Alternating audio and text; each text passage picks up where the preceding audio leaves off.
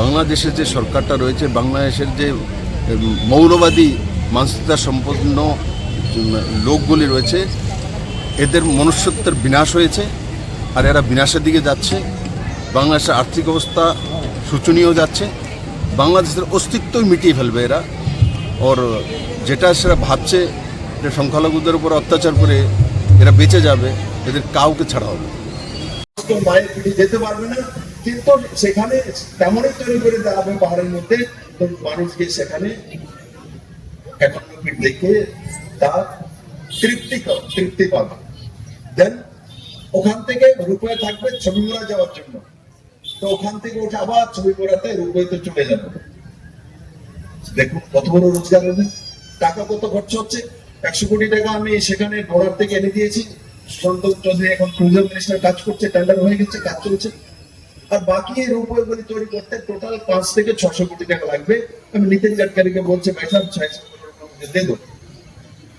তো 600 কোটি টাকা আর একটা 700 কোটি টাকা আর 750 কোটি টাকা খরচা করার পর 2-3 বছর পর দেখবে যে এটা ত্রিপুরার মানুষের কত বড় রোজগার দেয়, ত্রিপুরাকে দুনিয়া চেনবে তখন। তো এই যে ভিশনারি মানসিকতা তোমাদের মধ্যে কোনোদিন ছিল না, সেই কারণে এতদিন রাজ করেছে, কিন্তু ত্রিপুরাকে এরা চিনতে পারেনি, ত্রিপুরার মানুষের পরিণাম করতে পারেনি, কারণ মানসিকতাই ছিল না। তাদের মিছিল মিটিং নারী সমিতি বাইরেদের চিন্তাই হতো না, সকালবেলা উঠে তারই চিন্তা করতেন, বাইরের চিন্তা নেই। ডেভেলপমেন্টের মানসিকতা কমিউনিস্টদের, ভারতীয় কমিউনিস্টদের মধ্যে নেই। তাই আমি আশা করি প্রান্তিক ক্লাবের সমস্ত সদস্যরা মিলেমিশে এই উৎসবগুলো আরো সুন্দরভাবে করুন, মানুষকে জাগরিত করুন, মানুষকে সংস্কৃতির দিকে নিয়ে যান। কারণ কি, আমরা যারা আছি ভারতীয়রা, আমাদের পরিচয় হয় সকালবেলা বাড়ির মধ্যে যখন রেওয়াজ হয়, তখন আমাদের বাড়ির মধ্যে সবার কাছে একটা হারমোনিয়াম পাওয়া যায়, রেওয়াজ করে হারমোনিয়াম পাওয়া যায়, তবলা পাওয়া যায়। সেগুলো কিন্তু আপনি রাজস্থানে পাবেন না, বাড়িতে প্রত্যেক বাড়িতে হারমোনিয়াম রাজস্থানে পাবেন না, পাঞ্জাবে পাবেন না, কিন্তু ত্রিপুরাতে, পশ্চিম বাংলাতে, উড়িষ্যার একটা পার্টি, আসামে সেগুলো পাওয়া যায়।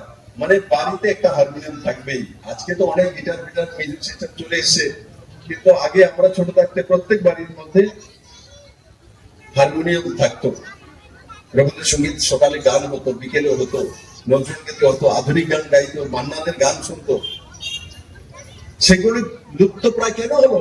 একমাত্র কমিউনিস্টের কারণে। কারণ কালচারের মধ্যে আঘাত করতো।